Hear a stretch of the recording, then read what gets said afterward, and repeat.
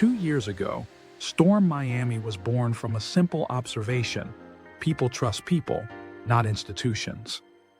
Its founder saw public trust in charities declining, leaving communities the ones who suffered most. Storm Miami chose a focused approach: rebuild confidence, one conversation at a time.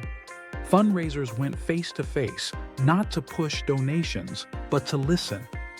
When people could ask questions and see honesty in action, trust started to grow. One man in Orlando argued about charity trust, and 20 minutes later became a monthly donor. From the start, Storm Miami invested in its team. Weekly story circles encouraged growth, reflection, and resilience. Handling rejection on the street became lessons for life.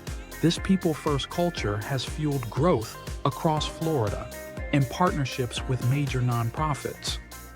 Storm Miami's approach challenges the stereotype of aggressive fundraising. Their goal isn't just donations, it's meaningful conversations that inspire and connect. Setbacks are seen as opportunities, not reasons to retreat.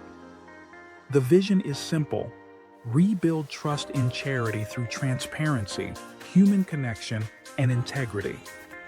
In a digital-first world, standing face-to-face and proving you're worth believing in may be the most radical act of all.